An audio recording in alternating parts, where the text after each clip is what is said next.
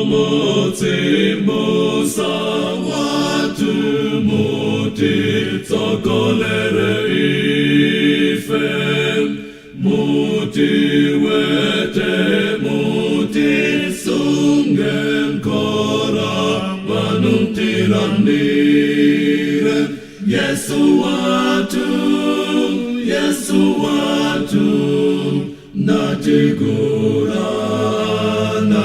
anu Yesu watu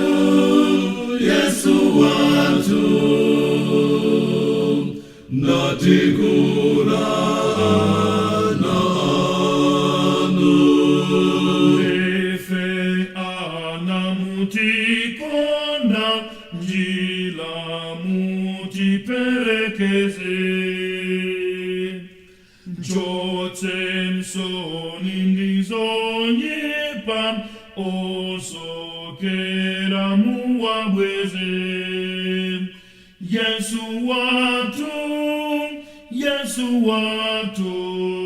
muve mapembelo atu Yesu watu muve mapembelo atu munanena mulandinyila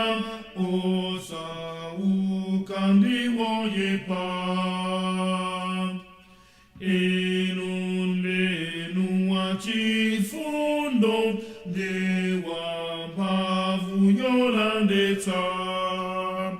Yesu watu titatu tianatanu Yesu watu titatu tianatanu Tefunune tainutelen chifuniro